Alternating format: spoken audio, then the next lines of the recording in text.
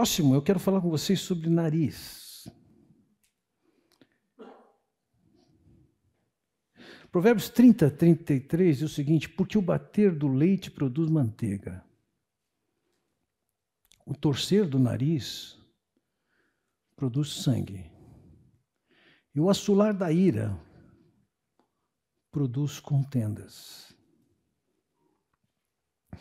A palavra para ira, a palavra hebraica af, aparece 2 vezes nesse versículo. Nariz e ira.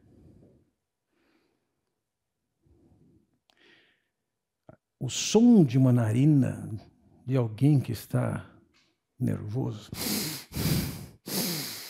isso é af. Em hebraico, isso é af.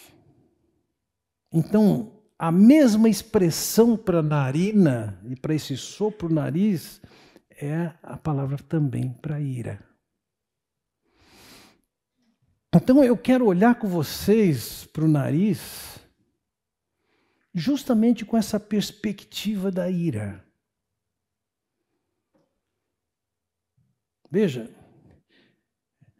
em Provérbios 14, 17, ele diz: quem é irritadiço faz tolices, e o homem cheio de astúcias é odiado. Quem é irritadiço, quem fica irado facilmente? Você tem noção de que irritadiço traduziria que palavras hebraicas? Eu não precisa citar o vocábulo hebraico, mas o equivalente em português para irritadiço, sabe qual é? Se fosse traduzir literalmente, nariz curto. O irritadiço é um cara que tem nariz curto. Em português a gente pode usar a ideia de pavio curto, pelo menos aqui no sul se pode usar essa expressão. O irritadiço, o que tem nariz curto, ele diz, faz tolices. Por outro lado, quando ele diz aqui, o homem irritável provoca dissensão, mas quem é paciente acalma a discussão, a palavra hebraica para paciente é literalmente nariz longo.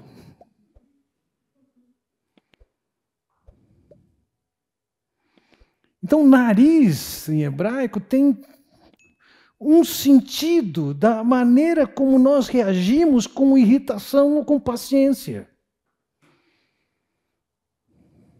Um nariz curto é porque a pessoa muito rapidamente reage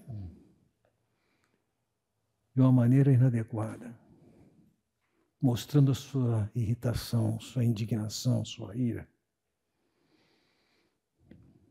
E veja, não é que existe problema em manifestar a ira. Existem situações em que a ira vem muito bem.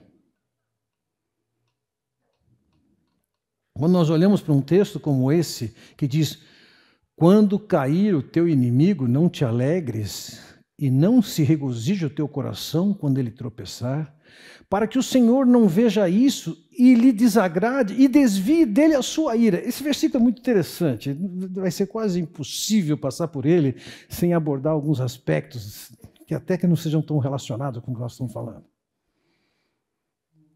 A mensagem que ele está dando é o seguinte, alguém que agiu como seu inimigo, alguém que lhe prejudicou, poderá estar recebendo a ira de Deus sobre ele, e o que ele está dizendo ali é o seguinte, quando isso acontecer, não se alegre, não se regozije. Se o seu inimigo, se alguém que foi hostil, está levando uma chumbada, e você fala, opa, Deus está falando assim, se você fizer isso, eu vou tirar a ira que eu estou derramando sobre ele. Que coisa, hein? Mas, por outro lado, veja que a ira em questão aqui é a ira de Deus. Então, a ira não necessariamente é uma coisa pecaminosa. A ira, em primeiro instante, ela é uma coisa saudável. Tanto que as Escrituras vão dizer: irai-vos e não pequeis, não se põe o sol sobre a vossa ira. Está errado, está faltando o aqui. Irai-vos é imperativo, nós devemos nos irar. Mas nós devemos nos irar sem pecar. Então Deus se ira, Deus até manda que nós nos iremos. E nós vamos encontrar nas Escrituras profetas como Jonas, Abacuque, que ficaram irados. É fato, me parece que nenhum dos dois se caracterizou por uma ira santa. Antes, reprovável. Então, vamos tentar definir em primeiro lugar o que é a ira. Bem, existe uma linha bastante divisória entre o que é a ira. Algumas pessoas vão definir comumente ira como uma indignação destrutiva. E eu quero definir a ira como uma indignação que não necessariamente é destrutiva. Olhando aqui, identificando médico, eu fico até mais constrangido de falar sobre isso, mas vejam, nós temos nosso sistema imunológico. E dentre as capacidades do sistema imunológico, ele é capaz de identificar ameaças ao corpo. E além de identificar ameaças ao corpo, ele pode mobilizar o corpo para dirigir suas defesas, para preservar o corpo. Dá para passar essa versão? Bom.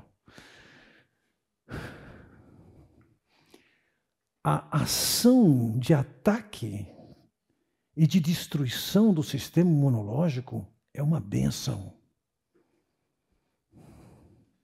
Quando você tem uma doença que compromete a sua capacidade de identificar o que é uma ameaça e atacar o que é uma ameaça, você está completamente vulnerável.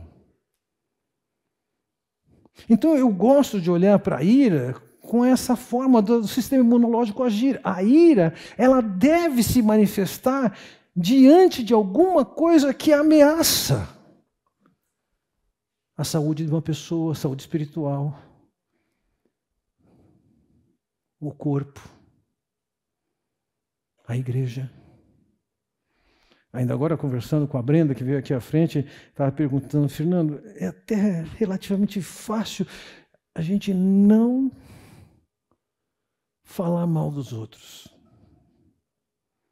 Mas é difícil parar de ouvir quando as pessoas querem falar.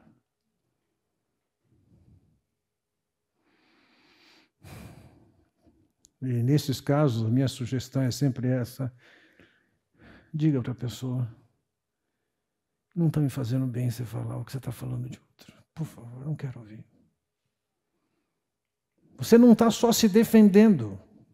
Isso é uma lição também. Então vejam, quando estou diante de uma situação em que se pratica injustiça, se eu não manifestar a minha ira, isso é inaceitável diante de Deus. Irai-vos, ele diz. Vocês têm que ficar indignados.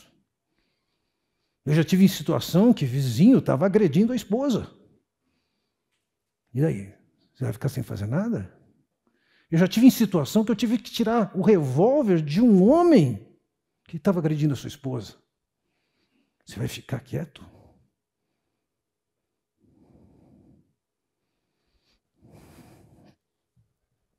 Então a ira, ela não é uma indignação destrutiva, ela é uma indignação saudável. A questão é o que você está fazendo com ela. Se você está deixando de usá-la quando deve usar.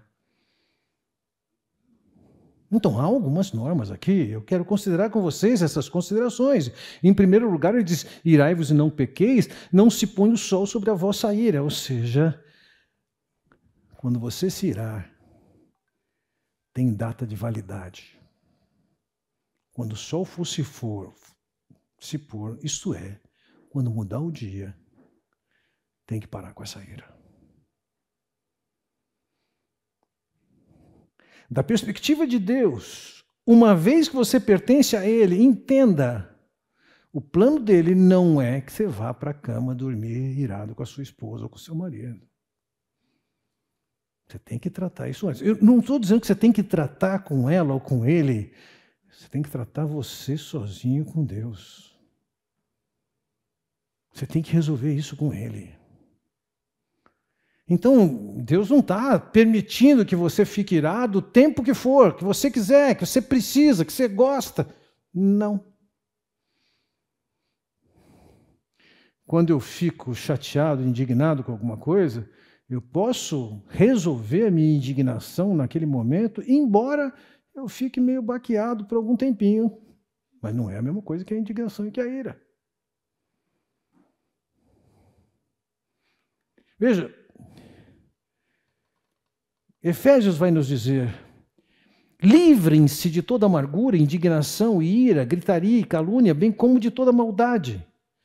Sejam bondosos e compassivos uns para com os outros, perdoando-se mutuamente, assim como Deus perdoou vocês em Cristo. Dentro do plano de Deus, a gritaria está fora, a indignação num estado prevalente, cultura da pessoa está errado.